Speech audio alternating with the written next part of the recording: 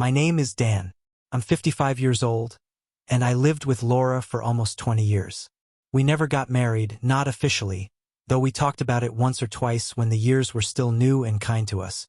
She used to say, "We don't need a paper to prove it." Back then, I agreed. But now, when I look back, I see how that missing paper meant more than either of us wanted to admit. It meant there was always a door left unlocked. A way out. We built a life together. Mortgage, routines, shared mornings. The quiet kind of life that doesn't make headlines but feels solid under your feet. And in that quiet, I tried to build something more, a home. She came with a son, Cameron. He was 9 when I met him.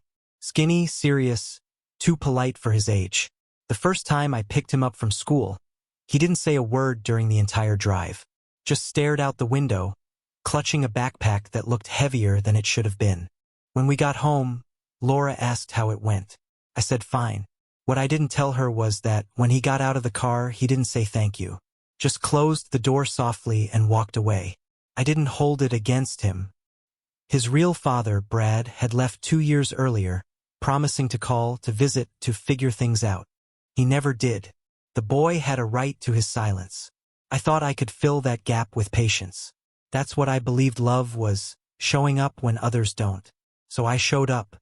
Every practice, every school event, every scraped knee. I learned how to make pancakes the way he liked them, with chocolate chips mixed into the batter, not sprinkled on top. I learned the difference between feigned indifference and quiet gratitude.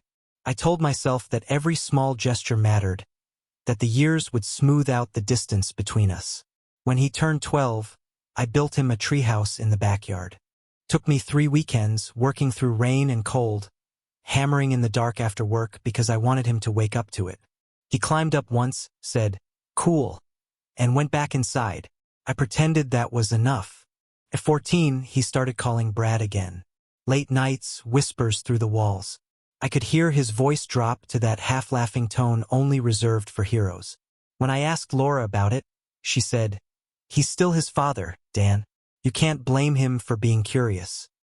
I said nothing, but I remember standing outside his door once, listening to him say, "Yeah, Mom's boyfriend's fine, I guess. Just my mom's boyfriend." It's strange how those words stick. Not like a wound, but like a stain. You clean it, forget about it, but it's still there when the light hits a certain way. Years passed. I paid for school trips, braces, summer camps, and college prep courses. Brad sent postcards, sometimes a text. He'd show up once a year, driving a new car each time, spinning stories about how hard he was working out west. He'd hand Cameron a wrapped gift, always something flashy. A drone, a smartwatch, and leave before dinner. I'd be the one fixing the broken toy when the battery died. But I didn't complain. I told myself it wasn't about gratitude. It was about doing the right thing. When Cameron left for college, I drove him 6 hours to campus. He barely looked up from his phone the whole ride. When I helped carry his boxes up to the dorm, he introduced me to his roommate as my mom's boyfriend. Not stepdad. Not even Dan. Just a footnote. That night, when I drove home alone, I pulled over at a rest stop halfway and sat there with the engine off. I don't know how long. Long enough for the lights in the parking lot to flicker out. Long enough for the silence to start feeling like company. I kept paying his tuition, bought his books, sent him money every month. For food, he'd say, but I knew it went to nights out, new clothes, city rent. I didn't mind. I wanted him to live the life I never had. When he graduated, he didn't invite me to the ceremony. Said it was a small thing, only for close family. Laura went. Sent me photos later. Brad was there, standing behind Cameron in every sh*T, hand on his shoulder. My name wasn't mentioned. That night, I poured myself a drink and sat in the living room, staring at the framed photo of the 3 of us taken years before. Laura, me, Cameron. All smiles and matching sweaters. I looked at the boy's eyes. Even then, he wasn't looking at me. But still, I kept hoping. Hoping that one day, he'd look back and see it. The invisible work, the quiet presence, the man who never left. Then came the engagement. Laura told me over dinner. "Cam's getting married," she said, her voice bright, rehearsed. He and Katie want to do something simple but elegant. You'll love her, Dan. She's sweet. I smiled. Of course. That's wonderful. Later, when I asked about the plans, Laura hesitated. He's still figuring things out, she said. He wants Brad involved. Maybe even a speech. Something cold slipped into my chest then, but I didn't show it. I just said, whatever he needs. A week later, Cameron called. First time in months. His voice was light, casual. Hey Dan, listen, about the wedding. I really appreciate all the help Mom said you offered. We're thinking Seattle. Small venue, a loft. Kind of rustic, modern. You'd love it. I asked what he needed from me. He said, if you could handle the booking, that'd be amazing. We're tight on time. And I did. I handled everything. I spoke to the caterer, the decorator, the DJ. I sent deposits, negotiated contracts, coordinated schedules.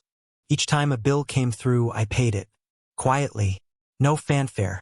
Just the way I always had. Laura would smile when I showed her the invoices. You're incredible, she'd say. I'd shrug. It's for him. I told myself this was the turning point, the moment he'd finally see me. That when the day came, when he stood in front of all those people, he'd look at me and think, he did this for me. But somewhere in the back of my mind, I already knew better. The signs were there. The distance in his tone. The way he never once said thank you. The way he still referred to Brad as Dad on social media. Still, I wanted to believe. After all these years, belief was all I had left. When the final invoices came through, I looked at the total. $47,212.16. I remember the exact number because I stared at it for a long time before hitting send. $47,000. Nearly 2 decades of showing up distilled into a number. That night, Laura came into the room, leaned against the doorframe, and smiled. He's lucky to have you, she said softly. I wanted to ask her if she ever told him that, but I didn't. I just nodded and said, yeah, I hope he knows. She smiled again, the kind of smile that carries no promise, and left the room. When the door closed, I sat there for a long time. The screen still glowed with the receipt confirmation. I thought about the first day I met Cameron, that small, silent boy clutching his backpack. I thought about the treehouse, the late-night drives, the graduations I wasn't invited to. 17 years under one roof. 17 years of trying to earn a word he never gave me. I used to think fatherhood was about love. I know now it's about endurance. And yet, even then, even after everything, I kept hoping he'd see it. See the man behind the sacrifices. See the cost of being invisible. See that sometimes the people who stay are the ones you never thank until they're gone. 3 weeks before the wedding, I got a message from Cameron. Short, polite, surgical in how it cut. Dan, of course you can come to the wedding. Just as a guest. No roles or anything. That was it. No explanation. No apology. Just that thin slice of civility meant to keep the guilt off his conscience. I read it 10 times. The first time I thought it was a joke. The second time I realized it wasn't. By the third, my hands had started to shake. I called. He didn't answer. I left a message, calm, measured, too careful. I said, Cam, got your note. Just wanted to understand what you meant. He never called back. The next day, Laura told me the rest. We were in the kitchen. Morning light, coffee cooling between us. She said it softly, like it might hurt less that way. Brad's going to officiate the ceremony, she said. It's important to Cam. He's still his real dad. That phrase, still his real dad, hit like a hammer made of air. You can't see it, but it breaks everything it touches. I remember staring at her, the mug trembling in my hand. Officiate. She nodded. Cam asked him to say a few words, to do the vows. He said he wants to start his marriage with both parents there. Both parents. I was silent for a long time. There's a kind of silence that isn't shock or anger, it's understanding. The final kind. The one that says, ah, this is who I've been to them all along. After 17 years under one roof, I was still the man standing in the doorway. That afternoon, I opened my laptop. Not to argue, not to plead, to act. I went to the bank's online portal. There were 6 scheduled payments left: venue balance, floral design, DJ, catering, decorator, photography. I canceled each one. Methodical, cold. Not out of spite, but out of clarity. When I reached the final transfer, I added a note. Let him support himself. Then I sat there, staring at the screen. No satisfaction, no guilt, just the strange stillness that comes when you stop lying to yourself. For years I had been funding affection, financing belonging, paying for my place at a table where I was never given a seat. Now I was finished. I didn't tell Laura. I didn't tell anyone. I just let the machine unwind. 3 weeks passed like that. Quiet, heavy, inevitable. I went to work, came home, ate dinner alone more often than not. Laura was always running errands or helping with the wedding. When she came home, her face carried that tired, cautious look people wear when they're afraid of confrontation. She never asked about the payments. Maybe she assumed I was still handling it. Maybe she didn't want to know. The night before the ceremony, I ironed my shirt. Gray, simple. I laid out my tie. I wasn't invited as a father, but I would show up as something else. A witness, perhaps. A ghost with good posture. The wedding day was bright, windless. Seattle looked clean in that early summer way, like the city had been washed the night before. I drove to the venue an hour early, parked across the street, stayed in the car. Through the wide glass windows, I could see the setup. White chairs, hanging lights. A simple wooden arch. Guests filtered in, smiling, dressed in shades of pastel. They carried gifts, flowers, laughter. From where I sat, it all looked perfect. Until it didn't. The ceremony was supposed to start at 3:50. The DJ still hadn't arrived. I saw a man in a suit, probably Brad, pacing with his phone to his ear, sweat glistening through his collar. By 3:15, guests were shifting in their seats. Someone whispered.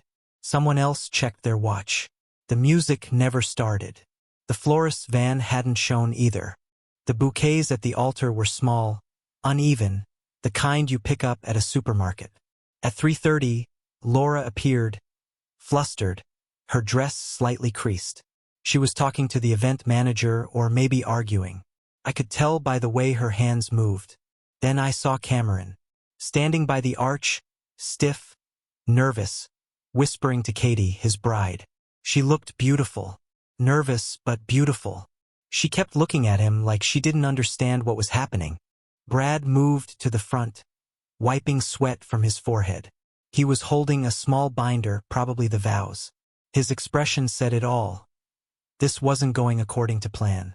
The ceremony finally began at 3:45.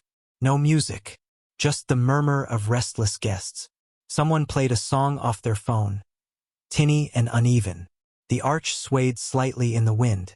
When Brad began to speak, his voice cracked through the cheap microphone. Feedback screamed. People winced. He tried to smile through it, but the sound cut in and out. Half the guests looked away. A few started whispering. The photographer, a last-minute replacement, I guessed, fumbled with his camera. I watched it all unfold through the glass, unseen. The meal afterward was no better. The food ran short. The drinks ran out halfway through the toast. The venue staff, unpaid for full service, began packing early. By 8, half the guests had left. But the loudest thing that happened all night was silence. When someone asked, "Where's the groom's father?" There was a pause. Then someone, I don't know who, answered. He said he came as a guest. I saw the shift. Heads turned. Eyes searching. Laura's face tightening. Cameron's shoulders sagging. Brad's hands fidgeting at the microphone, unsure what to say next. And that was the moment. The exact second everything I had been carrying fell away. Because in that silence, they finally saw what I had seen for years. I was there, but never of them. When the ceremony ended, I didn't go in. I stayed in the car until the lights dimmed and people began leaving. The laughter turned to murmurs, the music to static. Brad looked exhausted, His perfect smile cracked around the edges. I drove home slowly, the city lights sliding across the windshield like passing ghosts. By the time I parked in the driveway, my phone was buzzing. First Laura, then Cameron. I didn't answer. When I finally looked, there were messages stacked on top of one another. You ruined our day. How could you do this? You did this out of spite. We invited you. I wrote back one line. As a guest. Then I turned off my phone. 2 days later, Katie's father came to the house. Middle-aged man, red-faced from anger, voice trembling with fury. He didn't even knock properly. Just pounded until I opened the door. You sabotaged their wedding. He shouted. We spent money, and you. I cut him off. I spent years. He blinked. What? Years? I said again, quieter. Alone. Did anyone say thanks? He opened his mouth, but no words came. He turned, muttered something about lawyers, and left. Later that night, the phone rang again. Unknown number. I answered this time. It was Brad. His voice was low, uneasy. Dan, I didn't know. About the payments. Cam said you were just Laura's boyfriend. I didn't realize you'd paid for everything. I stared out the window at the dark, at the faint reflection of my own face. Now you know. He started to say something else. Maybe an apology, maybe a justification. But I hung up. The house was silent afterward. Not peaceful. Just empty. I poured myself a drink and sat at the table, the glow from the streetlights pooling on the floor. I thought about all the years I had traded for that family. The hours, the money, the belief. And for what? To be told kindly that I could come as a guest. There are moments in life when you stop trying to be understood. You stop waiting for fairness. You simply withdraw the quiet charity that kept everyone else comfortable. That night, I felt no anger. Just a strange, clean calm. Like a room finally emptied of noise. Because maybe this was the truth I had refused to face. You can love someone with every part of yourself and still never be seen. And sometimes walking away isn't cruelty. It's the only way left to teach them what you were worth all along. The ceremony finally started. Late, uneven, doomed from the first note that crackled out of someone's phone speaker. I watched through the glass wall of that Seattle loft as the sun began to drop behind the harbor. The light cutting through dust in golden streaks that made everything look better than it was. Brad stood up front, a binder trembling in his hands. His voice wavered. He smiled too much, that kind of smile that hides panic. The microphone kept dying, the cheap speakers buzzing like insects. He called Cameron's son 3 times in the first minute, each repetition louder, like he was reminding the world, and me who had the title. Cameron's jaw tightened. Maybe he noticed the cracks too. Maybe he didn't. But when his eyes swept the crowd, they passed over the empty seat that should have been mine. He looked away quickly. I sat in my car across the street, the window half rolled down. The wind carried fragments of the ceremony. Laughter that didn't sound happy, clinking glasses, a child crying somewhere near the door. When the vows started, I could barely hear the words. I didn't need to. The body language told the whole story. Katie smiled up at him, but her hands were trembling.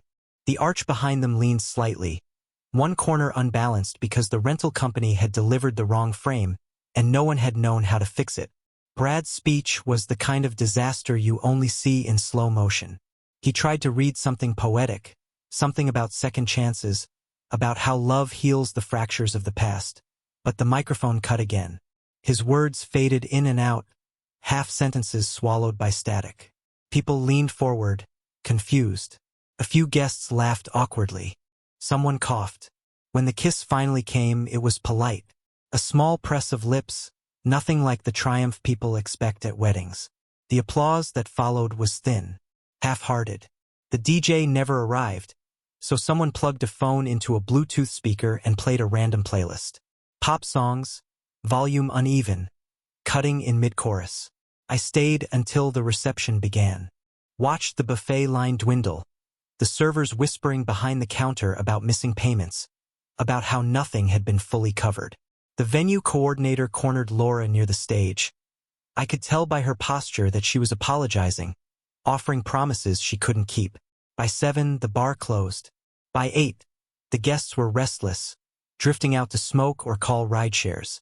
The cake, a supermarket slab with "congrats" in red frosting, appeared like an afterthought. Someone tried to laugh about it, but the sound died quickly. And then came the silence, the one that cuts deeper than any argument. Someone at a nearby table asked where the groom's father was. Another voice, I never found out whose, said, he came as a guest. The words spread like a ripple through the room. Heads turned toward the empty chair near the altar. Laura's face drained of color. Brad froze mid-gesture. Cameron blinked once, twice, like a man trying to wake from a dream. I could have walked in then, could have stood there, said something calm, something final. But I didn't. I just watched the truth settle into the air. Every eye searching for me and me already gone. I drove home before the music stopped. That night, my phone lit up until it glowed like a wound on the table. First Laura's messages, a blur of anger and disbelief. Then Cameron's. You ruined our day. Do you feel good about this? You did this out of spite. We invited you. I answered once, as a guest. Then silence. The next morning, Laura came home. She didn't knock. She just walked in and stood in the hallway. Her makeup from the night before still streaked around her eyes. What did you do? She asked. Her voice was small, almost a whisper. I stopped paying for a fantasy, I said. She stared at me for a long time, her lips trembling. You humiliated him. In front of everyone. Do you understand what that looked like? I understand perfectly, I said. It looked like the truth. She turned away, pacing the living room like a trapped bird. He's your family, Dan. You raised him. No, I said quietly. I tried to. He chose otherwise. Her shoulders shook. You can't just erase years like that. I looked at her, really looked, and realized she wasn't crying for me or even for Cameron. She was crying because the illusion had collapsed.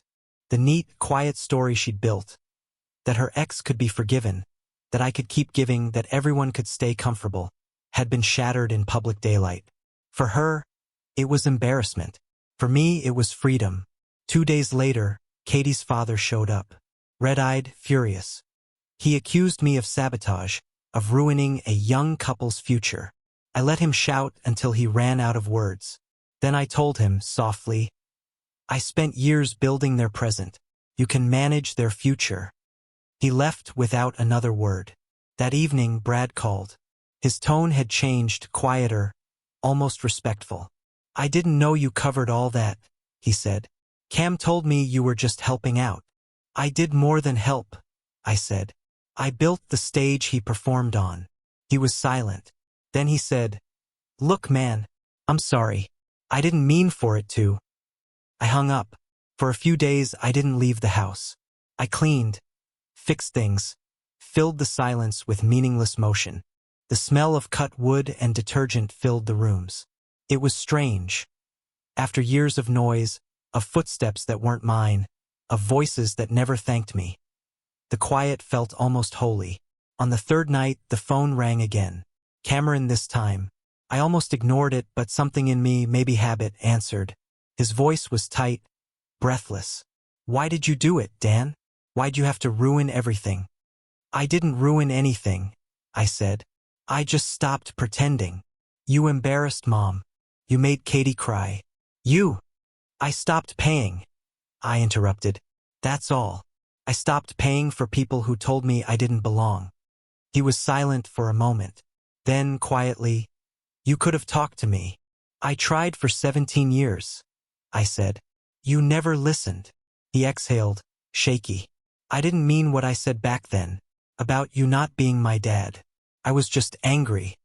I closed my eyes. You meant it. You've spent years proving it. Words don't matter. Actions do. Then what do you want me to say? He asked. Nothing, I said. There's nothing left to say. The line went quiet. I waited. I could hear faint music in the background, the leftovers of the reception, maybe. Then he whispered, You win. I almost laughed. This wasn't a game. He hung up. After that, the silence became permanent. Laura packed a small bag a week later and went to her sister's. She didn't say how long she'd be gone. I didn't ask. I spent my evenings on the porch, watching the streetlights blink on one by one. Neighbors passed, waved politely, not sure what to say. Word had spread, of course, about the wedding, the fallout, the man who stopped paying. One of them, a woman who'd lived across the street for years, finally spoke. "You did what no one else would have had the courage to do," she said quietly. "Everyone knew how they treated you." I nodded, not because I agreed, but because I was too tired to disagree.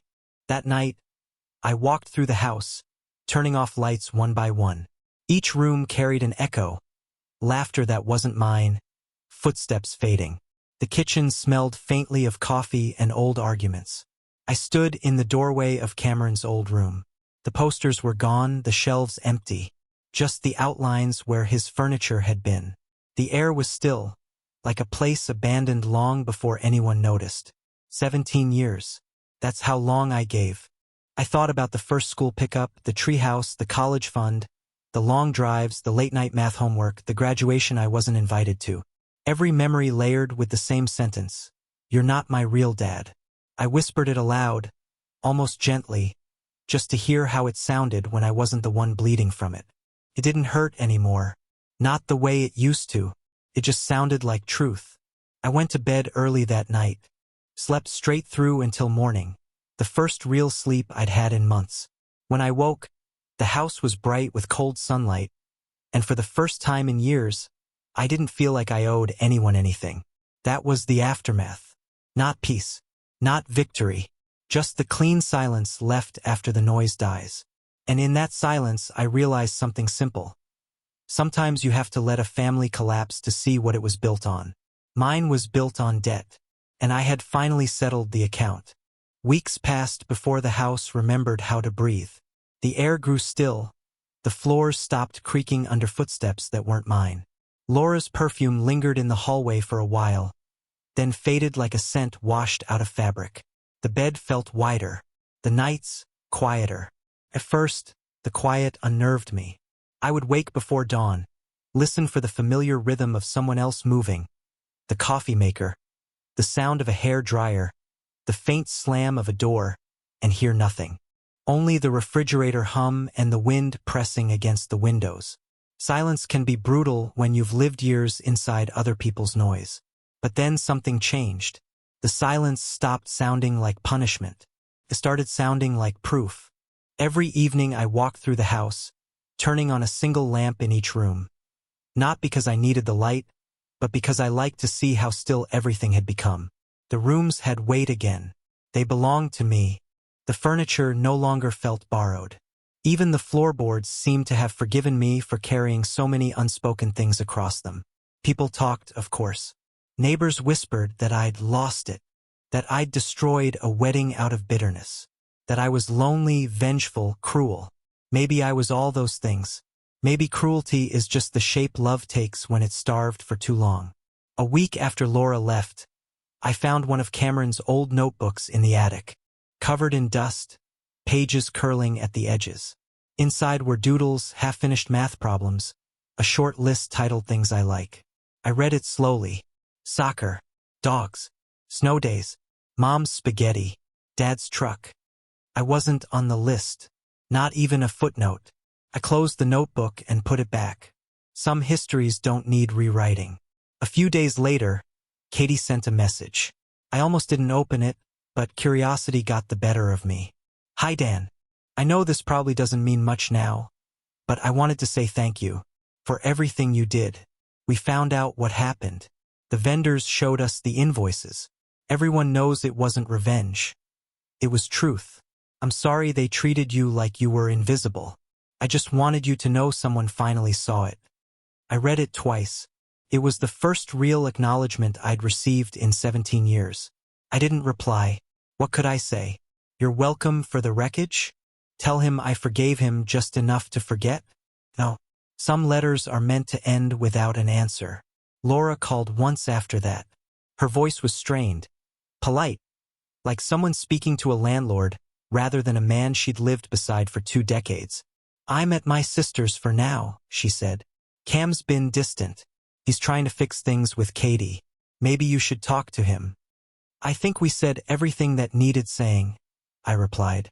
She hesitated. You could at least tell him you're not angry. I'm not angry, I said. I'm done. Silence stretched between us. Then she whispered, You were a good man, Dan. Maybe too good.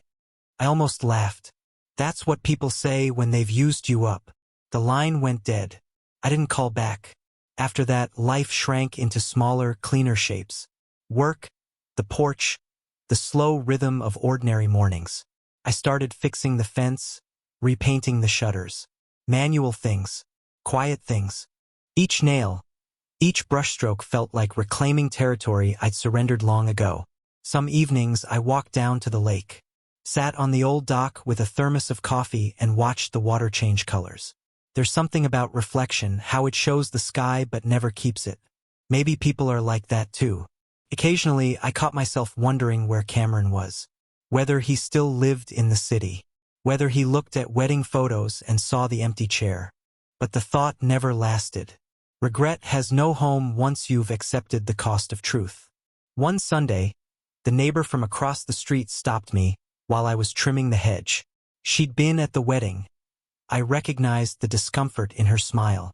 Dan, she said quietly. Everyone figured it out. What you did, it wasn't spite.